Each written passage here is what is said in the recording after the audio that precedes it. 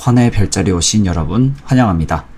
오늘은 7강 기질과 섹트에 대해서 알아보는 시간을 가져보도록 하겠습니다. 네, 여기 화면 보시면은 점성술에서 4가지 기질에 대해서라는 글을 이제 제가 띄워놨어요. 요 글을 작성하신 분은 술객님이라고 하신 분인데요. 이분께서는 이제 고전 정성학에 대해서 좀 많은 공부를 하신 분이세요. 그래서 이제 제가 요 블로그에 올려져 있는 글들을 참고로 공부를 좀 많이 했었거든요. 그래서 여러분들께서도 요 사이트 참고하셔서 공부하시면 좋을 것 같아서 이제 요번에도 이 글을 토대로 기질에 대한 설명을 드리려고 합니다. 여기에 대한 자세한 주소는 제가 동영상 설명란에 올릴 생각이거든요. 그래서 이제 거기 있는 링크 타고 들어가셔서 글 자세하게 읽어보시면 되겠습니다.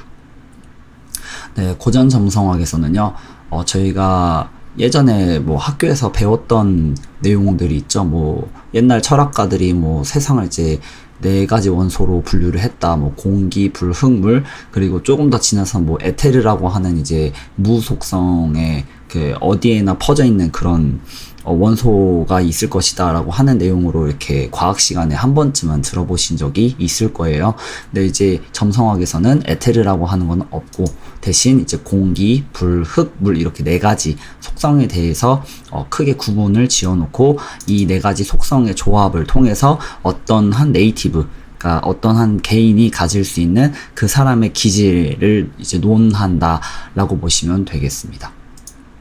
네, 공기는 뜨겁고 습한 성질을 가지고 있고 불은 뜨겁고 건조한 성질을 가지고 있습니다. 흙은 차고 건조한 성질을 가지고 있고요. 마지막으로 물은 차고 습함이라고 하는 그런 성질을 가지고 있습니다. 공기 같은 경우에는요, 여기 설명이 나와 있는데 낙천적이고 유쾌하고 화합하는 특징이 있다고 합니다. 또 새로운 경험을 찾고 새로운 지식을 배우고 새로운 사람을 만나고 싶어하는 욕구가 있다라는 것이지요. 그리고 많은 사람과 소통하고 공감하고 교류하고자 하는 성격이 두드러진다라고 이 글이 작성이 되어 있습니다. 즉 다른 기질이 아예 없고 공기의 기질에 거의 치우쳐져 있는 그런 사람이 있다고 했을 때 그 사람은 이제 이러한 특성을 가지는 이러한 성격과 성품을 가질 가능성이 매우 높다라고 보시면 되겠습니다. 이제 불은 콜러릭이라고 하고요. 계절로는 이제 여름이 된다고 여기 작성이 되어 있네요. 이런 사람들 같은 경우에는 이제 권위, 명예, 성공, 강한 의지, 리더십 같은 걸 이제 가지고 있는 사람들이 될 거고, 이제 화성이 상징하는 공격성이나 무모함, 뭐 성급함 이런 것들이 이제 불의 기질 사람들한테서 이제 볼 수 있다라는 것을 알 수 있습니다. 즉 이제 좀 이렇게 높은 직위나 아니면은 이제 그 부서에서도 이렇게 리드하는 사람 있죠. 그런 사람들이 대부분 이제 불의 기질을 가지고 있는 사람들이 된다라고 보시면 되겠는데 반드시는 아닙니다. 이건 왜냐면요, 그 사람의 기본 기질은 콜러릭이 아닐 수 있어요. 그러니까 불의 기질 말고 다른 기질의 사람일 수 있는데 이제 이런 콜러릭적인 성향에서 이제 리더십 같은 부분이 좀 더 이렇게 두드러지게 나타나서 이제 흙의 기질인 사람이 사람들을 리드를 하는 그런 사람이 될 수도 있습니다. 즉 이것은 하나의 속성만을 가지고 있지 않다는 것을 얘기를 하는데요. 이건 다시 바꿔 말해서 어떤 한 네이티브는 이 4가지 속성이 두드러지게 나타나는 사람이 있고 혹은 조화롭게 다 이렇게 섞여 있는 사람이 있을 수 있다라는 것입니다. 그래서 이제 이러한 부분을 가지고 요 나머지 이제 흙과 물만 살펴본 다음에 바로 이제 기질 계산법 하는 부분을 이제 제가 설명을 드릴 거예요. 어쨌든 불 같은 경우에는 이러한 특성을 가지고 있는 사람일 가능성이 매우 높다라고 생각을 하시면 되겠습니다. 자세한 내용은 글 읽어보시면 좋을 것 같고요. 흙 같은 경우에는 저희가 멜랑콜릭이라고 하죠. 계절로는 가을이 됩니다. 이런 사람들은 이제 현실적인 계획이나 실행력 등이 되게 뛰어나다 보시면 되겠고, 현실적인 안정과 신중함을 추구한다고 합니다. 다만 이제 너무 현실적이고 안정과 신중함을 추구하다 보니 세상을 보는 시야가 좀 부정적이고 비관적이며 뭐 이제 비판적일 수 있다라는 부분이 살짝 단점이 될 수 있겠죠. 네, 그래서 이제 흑인 사람들 같은 경우에는 되게 현실적인 고문 역할이라든지 아니면은 조언이나 제가 생각하기엔 약간 법조계 쪽 느낌이 흙에 가깝지 않나라는 생각을 해봅니다. 물론 거기에도 약간의 이제 인정이라는 게 존재할 수 있기 때문에 판사분들이나 이제 그런 재판을 이렇게 추진하는 그런 사람들의 조합에 따라서 좀 달라질 수는 있겠지만, 어쨌든 제가 생각하기에는 흙이라고 하면은 법조계 쪽이 먼저 생각이 드는 것 같아요. 네. 불은 좀 강력계 형사들. 물 같은 경우는요, 이제 계절로 겨울이 됩니다. 그래서 이제 말수가 적고 부끄러움이 많고 생각이 많은 사람이 될 수 있다고 하고요. 이제 내성적이고 집에만 있는 사람을 만드는 경향이 있다고 합니다. 그거 말고도 보육이나 양육을 의미를 하고, 이 물의 기질이 발달된 사람들은 동정심이나 배려심이 되게 많고 타인에게 관심을 가지는 그런 인정이 있다고 합니다. 즉 뭐 다 장단점이 있다고 보시면 되겠는데요. 다 장점만 있을 수는 없죠, 사람이. 그렇기 때문에 자신이 가진 단점을 어떻게 하면 극복해낼 수 있을지, 아니면은 자기가 가진 장점을 좀 더 강화시켜서 단점을 상쇄하고도 남을 만큼 이렇게 발전시킬 수 있을지, 그런 것들을 고민하는 것이 삶을 살아가는 데 있어서 좀 더 중요하지 않나, 저는 그렇게 생각을 합니다. 네, 이렇게 해서 고전 점성학에서 기본 4가지 기질을 살펴봤는데요. 저희 점성학에는 이제 이전에 이렇게 설명 보신 분들 있겠지만, 혹은 아는 분들 아시겠지만, 7가지 행성들도 있고 별자리들도 있습니다. 그래서 이제 그런 행성들과 별자리들이 가지는 기본적인 기질이 어떻게 되고 계산은 어떻게 하는 건지 요 글이 또 있거든요. 그래서 요거를 살펴보면 되겠는데요. 일단은 어떤 한 사람에 대한 기질을 이제 계산을 하는 방식은 이렇게 돼 있습니다. 어센던트 사인과 그리고 주인, 이렇게 돼 있고요. 어센던트 있는 행성과 어센던트 아스펙트 하는 행성인데, 단 어센던트 에스펙트 하는 행성은 3도 이내로 간주합니다. 이건 무슨 말이냐면요, 어플라잉스 세퍼레이팅 상관없이, 그러니까 접근각과 분리각 상관없이 3도 이내면 그냥 다 인정해주겠다라는 것을 얘기합니다. 달이 위치하고 있는 사인과 달의 페이지, 달이 에스펙트 하는 행성, 이제 여기는 그 글 작성하신 분 개인적인 의견을 달아주셨는데요. 달이 처음으로 어플라잉 하는 행성이 중요하다고 하고, 달이 세퍼레이트 하는 행성은 3도 이내일 때만 의미가 있다라고 이렇게 작성을 해주셨습니다. 네. 그리고 계절이 있고, 마지막 알무텐 피겨레이스가 있는데요. 이 부분은 중세 방식을 사용하기 때문에 기질 계산에서는 제외를 했다고 여기 작성을 해주셨습니다. 저 또한 이 의견에 동의를 하는 바이고요. 굳이 넣는다면 저는 큐리오스라고 하는 이제 그런 방식을 사용을 해서 나온 행성의 기질 계산을 이제 조금 추가를 하는 방식을 쓸 것 같다는 네, 쓸 것 같아요. 뭐 그거는 이제 공식적인 문헌에 나와 있거나 이렇게 그런 정통을 따르는 방식은 아니지만, 쿠리오스도 고전 점성학에서 이제 일종의 알무텐 같은 개념이 되거든요. 그래서 굳이 넣는다면 쿠리오스를 대신해서 넣겠다라고 말씀을 드리는 겁니다.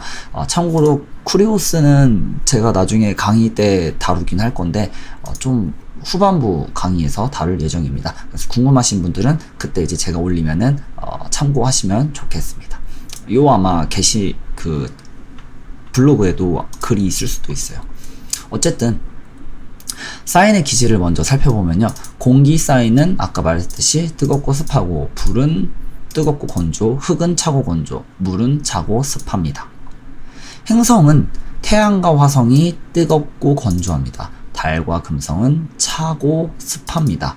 토성과 수성은 차고 건조하고요. 목성은 뜨겁고 습합니다. 여기 기질에서 이 행성들의 특성이 이제 기본적으로 드러나는 것을 알 수 있는데요. 금성이 길성인 이유는 습함이 있기 때문입니다. 차지만 그 참이 엄청 차지 않아요. 조금 차면서 습합니다. 그렇기 때문에 물이 있기에 생물이 태어날 수 있고, 번식이 이루어질 수 있고, 생식이 이루어질 수 있습니다. 건조한 상태에서는 그런 것들이 일어날 수 없죠. 그래서 태양과 화성은 뜨겁고 건조하나, 태양은 자신의 빛을 세상에 뿌림으로써 생명이 태어나게끔 만드는 그러니까 에너지의 근본이 되는 루미너리, 생명의 근원이 되기 때문에 태양은 속성상으로는 뜨겁고 건조해서 흉으로 보긴 하지만 그 기본 특성에 의해서 완전한 흉성은 아닙니다. 그래서 약간 길흉이라면은 중립에서 살짝 흉에 가까운 느낌이 되고요. 달은 길흉을 굳이 구분을 한다면 살짝 길에 가깝습니다. 물론 태양과 달은 자신과 어떤 행성이 아스펙트하고 있냐, 관계가 어떻게 되냐, 뭐 여러 가지 조건에 따라서 흉성화 되기도 하고 길성화 되기도 하지만 본질적으로는 이들은 거의 중립 행성에 가깝다 보시면 되겠습니다. 금성은 길성이죠. 소길성입니다. 토성과 수성은 차고 건조합니다. 토성은 매우 차고 건조하죠. 수성도 차고 건조하지만 수성은 약간 예외가 있습니다. 수성 같은 경우에는 이제 나중에 나올 섹트에서 오리엔테이션 위상에 놓여 있을 때 뜨겁고 건조한 행성으로 바뀌게 되고요. 그 다음에 옥시덴탈 위상에 있을 때는 옥시덴탈이라고 하는 그 섹트에 있을 때는 이제 차고 건조한 속성을 가진다. 그런 기질을 가진다라고 보시면 되겠습니다. 목성은 뜨겁고 습함입니다. 네. 이게 오리엔테이션일 때랑, 오리엔테이션이 맞나요? 오리엔탈? 오리엔테이션은 그건데, 그 OT를 오리엔테이션이라고 하지 않나요? 그 오리엔탈 위상인가? 잠시만요. 한번 검색을 해볼게요.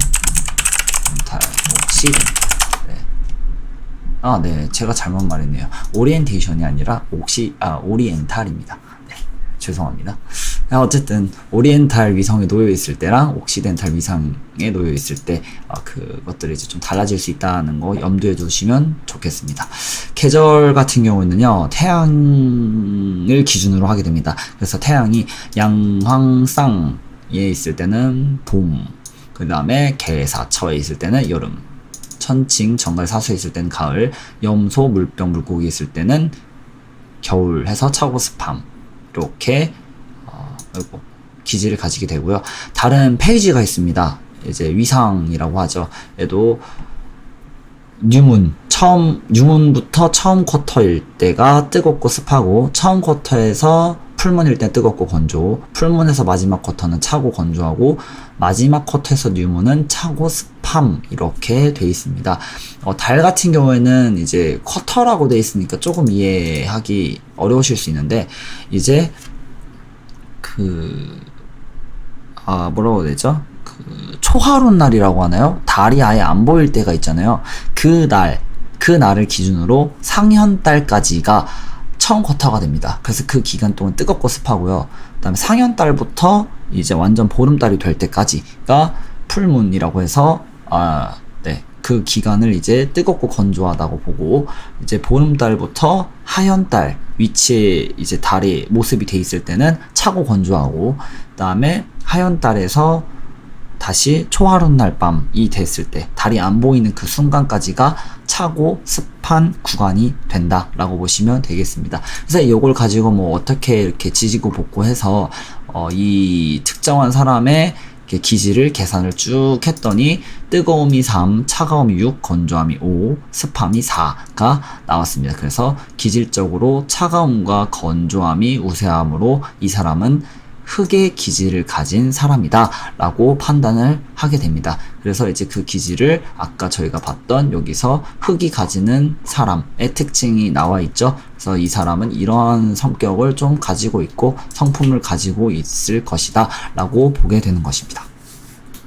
네, 좀 어떠신가요? 그렇게 어렵지는 않으시죠? 그래서 이거는 이제 좀 간단하게 자기가 숙달만 좀 하면, 좀 외우기만 하면은 이렇게 가볍게 이제 지인분들 해서 내가 너 성격이 어떤지, 뭐 성품 어떤지 살짝 봐줄게 하면은 뭐 그거 이상한 거 아니야가 아니라 막 이제 좀 접근을 가볍게 하시면 되겠죠? 혹시 뭐 기질 테스트 같은 거 알아? 막 이렇게 막 성격 테스트 있잖아. MBTI라든지 뭐 그 애니어그램 같은 거 공식적인 건 아닌데 이제 요걸로도 그런 걸 볼 수 있대 라고 하면서 이렇게 살짝 얘기를 하면은 그래 하면서 이제 관심을 많이 가질 수 있겠죠.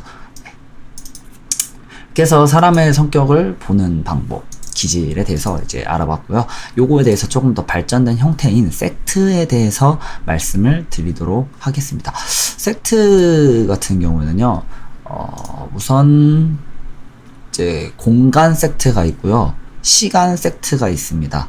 공간과 시간 이렇게 두 가지 축으로 분리가 되고, 거기에 대해서 이제 조금 더 자세하게 이제 아랍 점성가들이 그거를 완전 세분화해서 이렇게 점수까지 매기는 방식으로 막 뭔가 이렇게 한 게 있어요. 그렇게 파생된 게 이제 알무텐 피규리스라고 보시면 되겠는데요. 걔는 어쨌든 뭐 이렇게 나중에 설명드릴 거니까 패스하고, 섹트는 고점 정성학에서 무시하지 못할 되게 큰 비중을 차지합니다. 근데 이게 뭐 직접적으로 드러나느냐라고 한다면 그건 아니에요.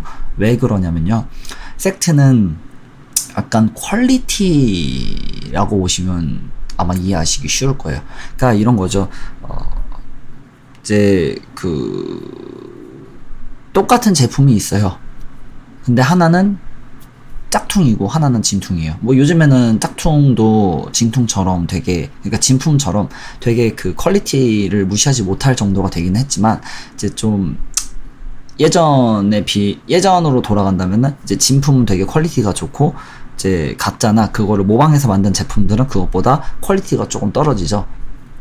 네, 그래서 쓰긴 쓰는데 그렇게 오래 못 씁니다. 제품이 오래 가질 못해요. 그래서 섹트는 그 행성이 가지는 기본적인 성품과 성질, 그것들이 얼마나 안정적으로 그리고 얼마나 지속적으로 이렇게 발현될 수 있는가를 결정하는 주요 요소가 된다 보시면 되겠습니다.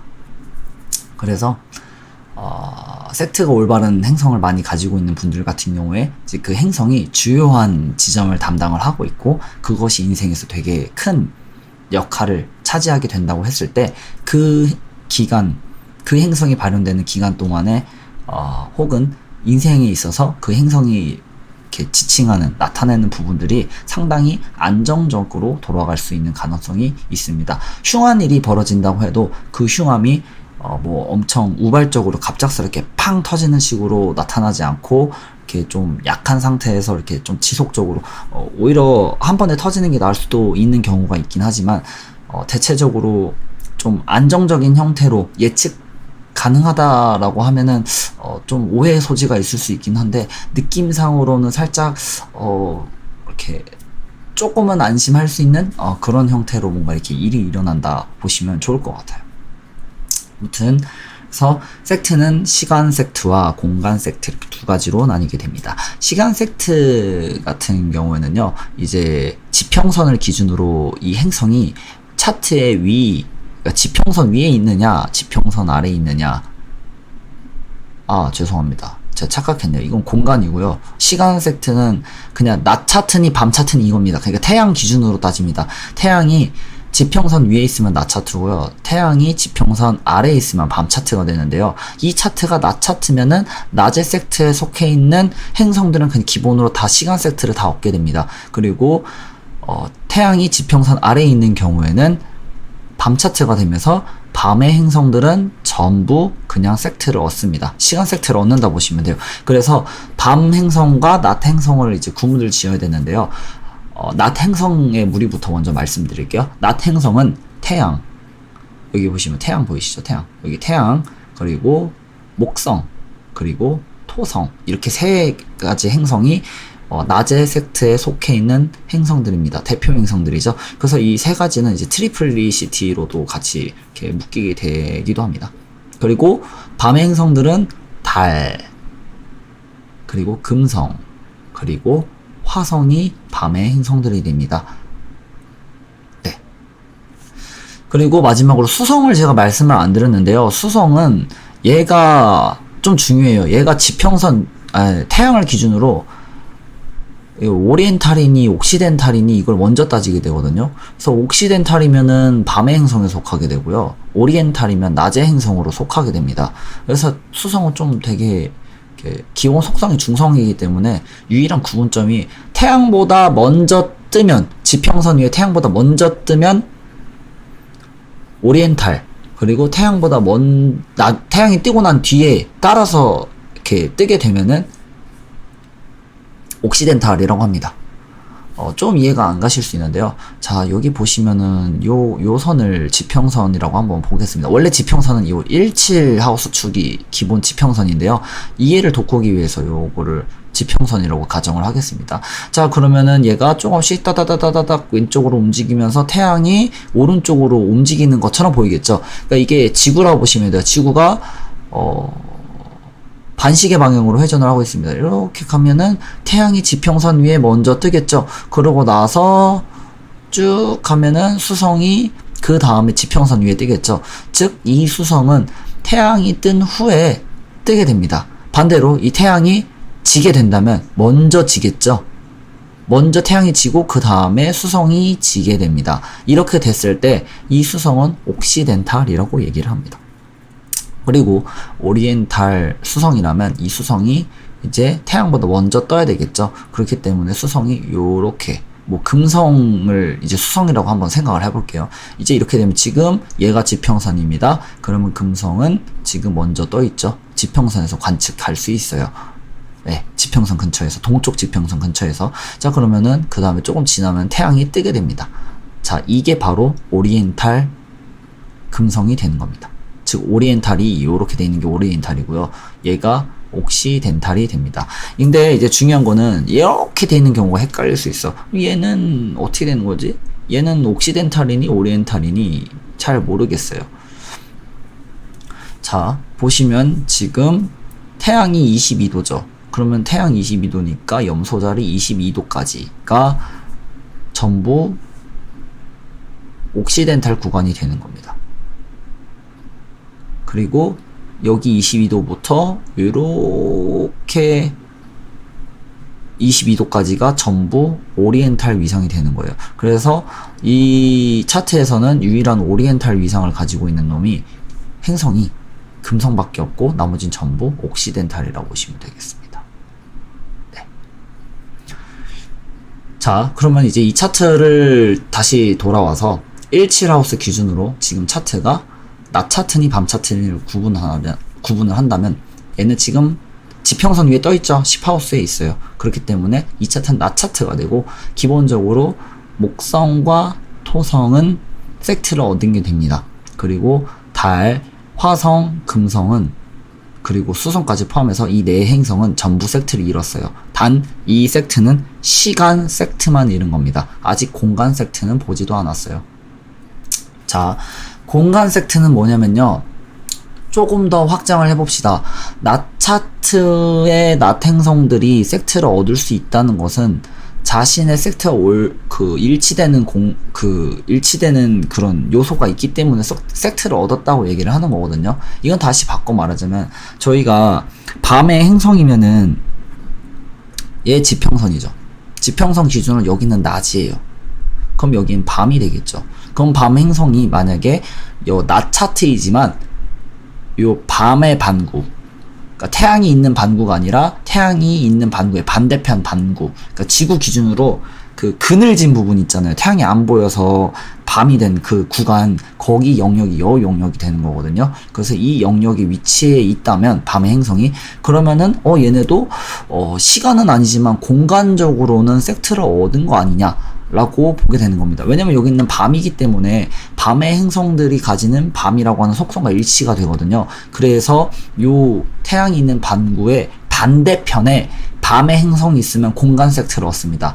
그리고 낮의 행성은 태양과 같은 반구에 있을 경우에 공간 섹트를 얻었다고 판단합니다. 즉, 요 차트 같은 경우에는요, 지금 보시면은 화성, 수성, 금성은 태양과 같은 반구에 있어요.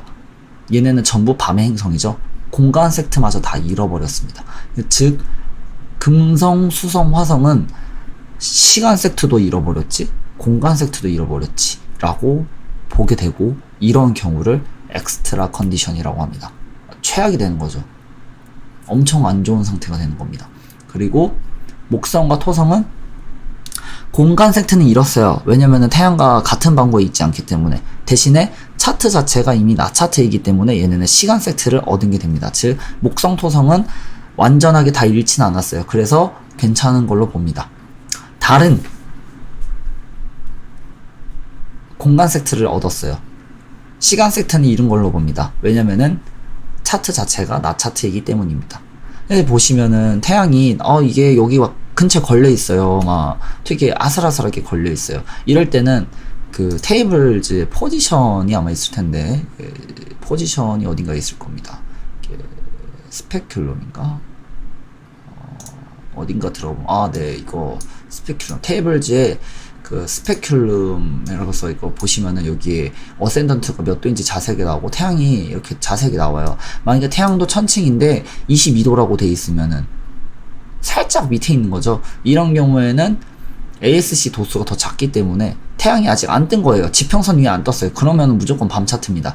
되게 아슬아슬하게 거의 딱 붙어 있는 경우에도 초 단위까지 일치하는 경우가 많지 않아요. 진짜 극소수입니다. 그런 경우 빼놓고 1초 단위, 요 초 단위를 기준으로 위에 있니 아래 있니를 구분을 지어서 지평선보다 정말 아주 미세하게 조금이라도 위에 있으면 그냥 다 나차트로 보시면 되고요. 조금이라도 아래에 있다, 이렇게 뜨기 바로 직전이다, 완전 일보다, 그러면은 그냥 밤 차트로 보시면 되겠습니다. 사실 지평선에 완전 딱 걸려 있으면은 거의 태양이 반쯤은 나와 있는 거거든요. 지평선 위에.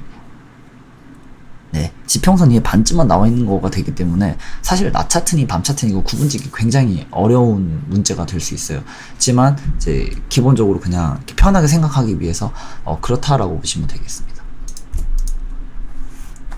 그래서 만약에 태양 같은 경우는 지금 태양은 기본적으로 낮 차트면은 자기가 공간 섹트를 다 얻는 거라고 보시면 될 것 같아요. 예. 아닌가? 잠시만요. 태양은 좀 특별한데, 얘 기준으로 이게 시간이, 이게 구분이 되니까 태양이 만약에 이쪽 아래에 있으면은 밤 차트인데, 태양은 어차피 자기랑 같은 방구에 있으면 되는 거니까 태양은 기본적으로 뭔가 섹트를 하나씩은 얻고 들어가거든요. 뭐 시간이 됐건 공간이 됐건 뭔가 얘는 하나씩은 얻고 들어가요. 아마 공간 섹트를 기본으로 얻을 거예요, 얘는.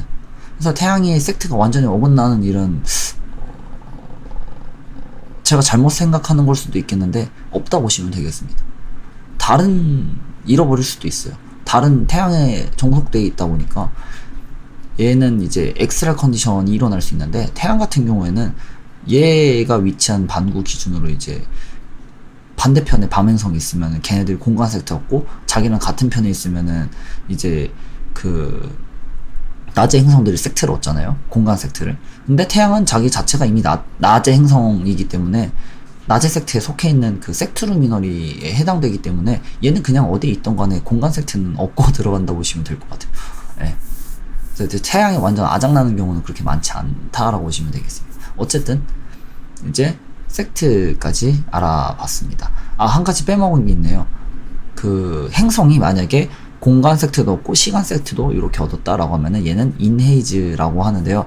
사실 인헤이즈라는 개념은 제가 알기로 중세 점성술 쪽에서 나온 걸로 알고 있어요. 그래서 아랍 쪽에서 만든 건데, 걔는 이제 여기다가 그 행성이 가지는 성별 있죠? 그 성별이 자기가 위치한 별자리의 성별과 일치할 때 이 조건까지 다 맞으면 완벽하게 섹트를 얻었다고 보고 인헤이즈라고 얘기를 하는 것으로 알고 있습니다. 어쩌면 엑스트라 컨디션도 똑같은 개념일 수 있어요. 시간 섹트 있고 공간 섹트 있고 거기에 그 성별 섹트까지 전부 다 잃어버리면 그때 엑스트라 컨디션이라고 할 수 있는데, 저 같은 경우는 사실 사인 성별 일치하는 거는 정말 미약한 수준이다라고 보고 있어서 시간 섹트랑 공간 섹트만 가지고 판단을 하는 편입니다.